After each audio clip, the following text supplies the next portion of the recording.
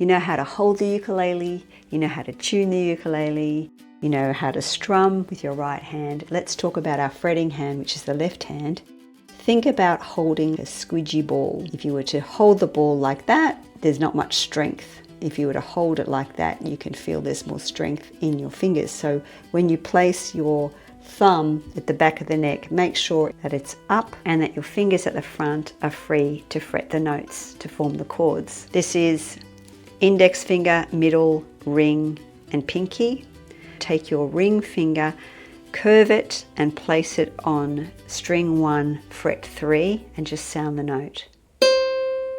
Make sure you're applying some pressure at the back there with your thumb. If you're getting this sound, it means you're not fretting hard enough, so you just need to place your finger firmer. Also, a thing to note is you want to place it just underneath the fingernail, and also you want to place it close to the fret.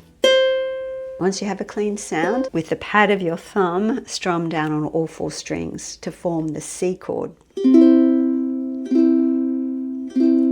Keep counting. 1, 2, 3. Take it off and A minor 7. 2, 3. Back to the C. 2, 3. And A minor 7.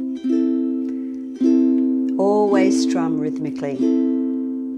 Now we're going to play another chord, which is middle finger, 4th string, 2nd fret. That's called A minor. Sound the note first, and once you're happy with that, strum all 4 strings, take it off, 2, let's put it back, and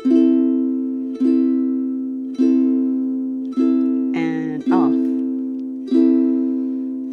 Okay, once you get a clean note, you're ready to move on, and the next thing is finger picking.